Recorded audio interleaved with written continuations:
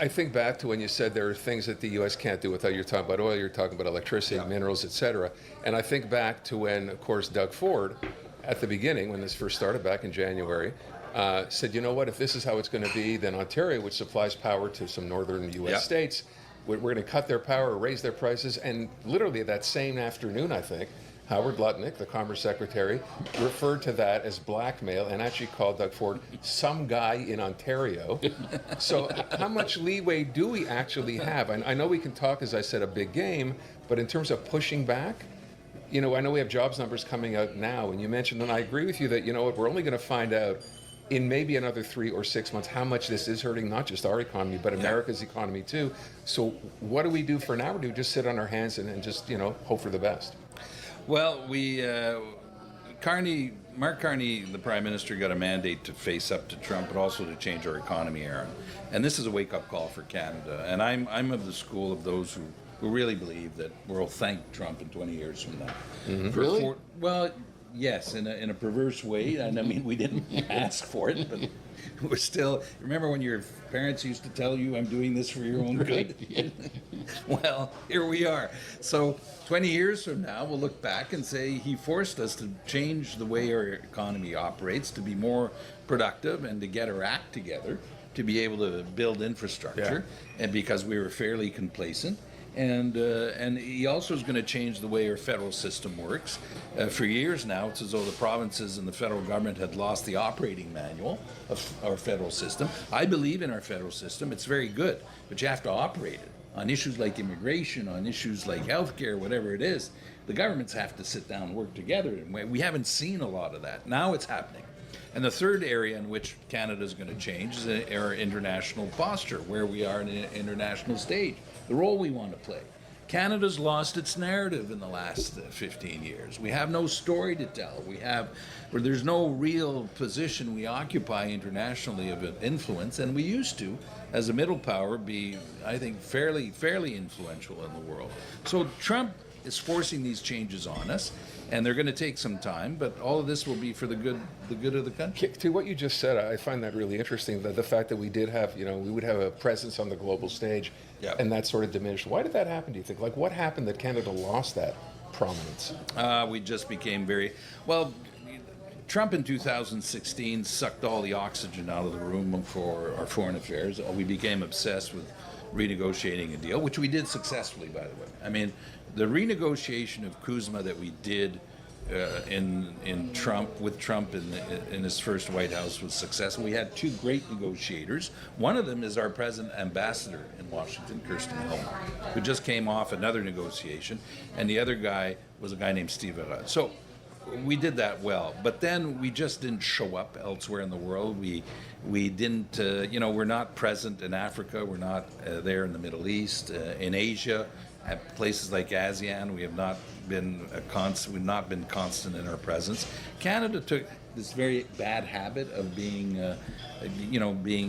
pointing fingers and giving lessons. Yeah.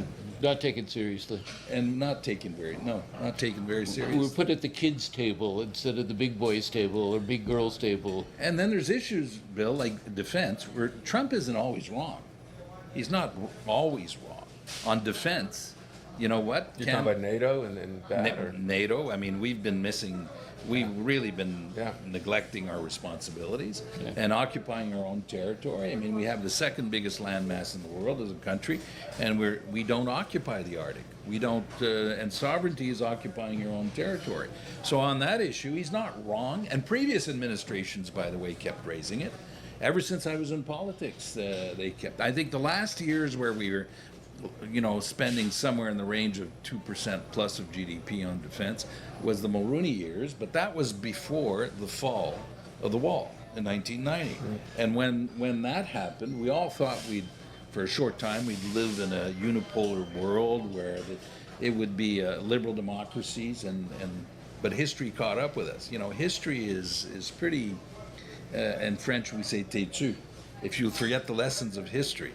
And so now we're in a position where we have to live up to those responsibilities. So, as I think about what you're saying, and we talk about thanking Trump, and it's funny, I've talked about this as well, thanking him for kind of waking us up, really it's a wake-up call to Canada. So we know, for example, The Prime Minister making a very big point about interprovincial trade barriers, taking those down, Yep. working toward getting that done, although some people think that's not enough to replace what we're going to lose.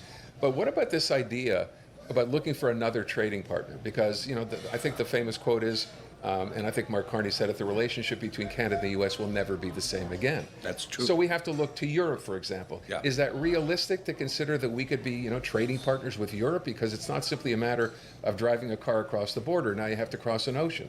How realistic is that? Well, and there's a story to tell about that, because I was very involved in negotiating and initiating trade negotiations between Canada and Europe. We started that, opened up those negotiations in 2008. And when we proposed that to the Europeans, it was after the Doha round of the WTO went off the rails, and the trade commissioner for the European Union was Sir Peter Mandelson. The Brits were still in there. I met him in Davos. I'll share the anecdote of why. I said to him at the time, you should negotiate a trade deal with Canada. And he said, why? Well, first of all, because we're only 3% of the world's economy, but we share common values. We can do a new trade deal. There will be a model for whatever else you'll want to do later on, which is true. It did become that. But the second reason I gave him was this. I know that a lot of European countries want to do a trade deal with the United States. And we as Canadians know from experience that if you do a trade deal with the United States, the Americans reserve themselves the right to interpret the rules. And that's called power.